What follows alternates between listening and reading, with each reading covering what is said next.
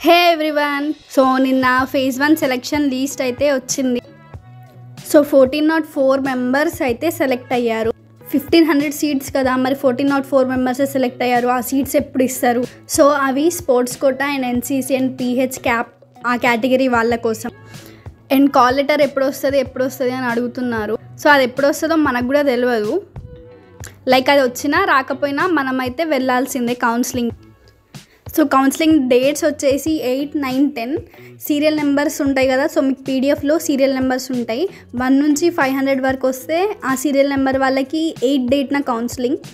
And 501 to 1000 వరకు 9 డేట్న counselling. And 1001 నుంచి 1404 వరకు 10th డేట్న కౌన్సిలింగ్. సో కౌన్సిలింగ్ డేట్స్ అయితే ఇవి క్లియర్ కదా. అండ్ స్పోర్ట్స్ కేటగిరీ వాళ్ళకి, పీహెచ్ కేటగిరీ వాళ్ళకి కౌన్సిలింగ్కి అటెండ్ అవ్వమని మెయిల్స్ వచ్చాయి. సో మెయిల్స్ వచ్చినమ్మంటే మీకు సీట్ కన్ఫామా అంటే లేదు, మీకు మాత్రం కౌన్సిలింగ్కి అటెండ్ అయిన తర్వాతనే వాళ్ళు సీట్ కన్ఫర్మ్ చేస్తారు. సో మీకు సపరేట్గా ఇట్లా లీస్ట్ అయితే పంపించరు.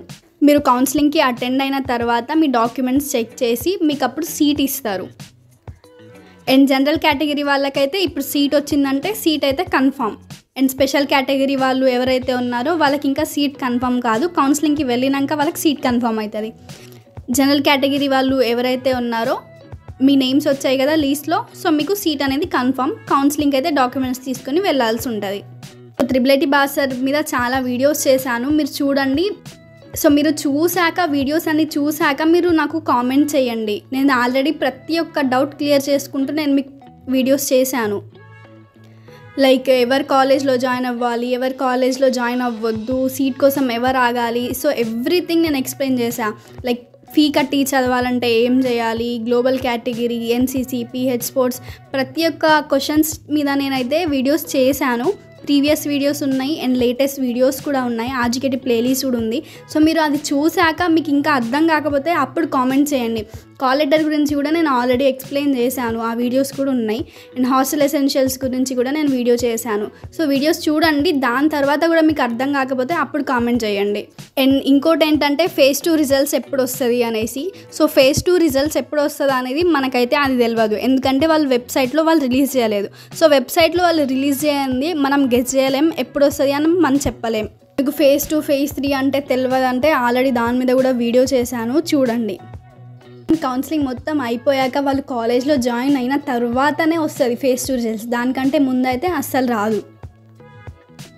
ఫేజ్ 1 వాళ్ళకి ఇంకా జాయినింగ్ డేట్ కూడా రాలేదు, కాలేజ్ ఎప్పుడు జాయిన్ అవ్వాలి అనేసి. సో కౌన్సిలింగ్ అటెండ్ అయిన తర్వాత వాళ్ళకి జాయినింగ్ డేట్ అయితే ఇస్తారు. సో వాళ్ళు కాలేజ్లో జాయిన్ అయినాక కొన్ని డేస్ తర్వాత వస్తుంది ఫేజ్ 2 రిజల్ట్స్. అండ్ ఇంకోసారి నేనైతే ఫేజ్ 2 గురించి చెప్పాలనుకుంటున్నాను. ఎవరైతే ఇప్పుడు ఈ 1404 మెంబర్స్ వాళ్ళు కౌన్సిలింగ్కి అటెండ్ అయ్యారు, అందులో ఒక 10 మెంబర్సో ఆర్ 20 మెంబర్సో అటెండ్ కాలేదు, అంటే కౌన్సిలింగ్కి వాళ్ళు అటెండ్ కాలేదు. సో వాళ్ళ సీట్స్ అనేవి ఖాళీ ఉంటాయి కదా, ఆ సీట్స్ ఫేజ్ 2 వాళ్ళకి ఇస్తారనమాట. లైక్ ఎవరైతే అప్లై చేసుకున్నారో మళ్ళీ సెలెక్షన్ ప్రాసెస్ చూసుకొని వాళ్ళకి సీట్ అయితే ఇవ్వడం జరుగుతుంది. ఫేజ్ 2లో సీట్ రావడం అనేది అయితే చాలా లక్కీ అండ్ చాలా రేర్. చాలామందికి రాదు ఫేజ్ 2లో సీట్. ఒక 20 మెంబర్స్ ఆర్ 30 మెంబర్స్ లేకపోతే 50 మెంబర్స్. సో దాని బేస్ మీద ఉంటుంది, అది మనం చెప్పలేం ఎంతమందికి వస్తుంది ఫేజ్ 2లో అనేసి. సో కౌన్సిలింగ్కి ఎవరైతే అటెండ్ అవ్వరో ఫేజ్ 1లో, సో వాళ్ళకి ఫేజ్ 2లో ఇస్తారు సీట్.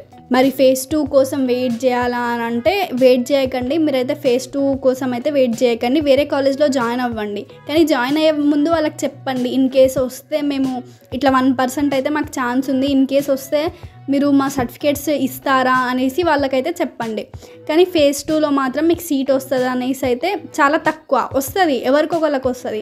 ఒక 50 మెంబర్స్కి ఒక 20 మెంబర్స్కి అట్లా వస్తుంది, కానీ ఖచ్చితంగా వస్తుందని ఎవరూ చెప్పలేం.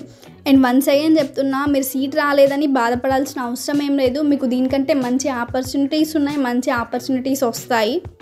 చదవాలని ప్యాషన్ మీలో ఉంటే మీరు ఎక్కడున్నా సరే చదువుతారు. అండ్ నేను చెప్పాలనుకున్నది ఏంటంటే ఫేజ్ 2 మీద మాత్రం హోప్స్ పెట్టుకోకండి. మళ్ళీ కామెంట్స్లో వచ్చేసి మేము ఆల్రెడీ సర్టిఫికేట్స్ సబ్మిట్ చేసాం, వాళ్ళు సర్టిఫికేట్స్ ఇవ్వని అంటున్నారు, నాకు ఫేజ్ 2లో సీట్ వచ్చింది, నీ మాటలు విని నాకు ఇట్లా అయింది, నాకు తెలుసు మీరు ఇట్లనే చేస్తారని. ఫేజ్ 2లో సీట్ వస్తుంది, కానీ ఎవరికి వస్తుంది? ఒక 20 మెంబర్స్కి, ఒక 50 మెంబర్స్కి వస్తుంది. మిగతా వాళ్ళందరూ హోప్స్ పెట్టుకొని వేస్ట్ అవుతుంది కదా. అందుకే చెప్తున్నా, మీరు ఫస్టే చెప్పుకోండి సర్టిఫికేట్స్ ఇట్లా ఇస్తారా రిటర్న్ అనేసి. దాని మీదే హోప్స్ పెట్టుకొని మీరు కాలేజ్లో జాయిన్ అవ్వకుండా ఉంటే అది పోతుంది, ఇది పోతుంది. సో నేను చెప్పేది అర్థమైంది అనుకుంటా. So that's it for today guys. Bye bye.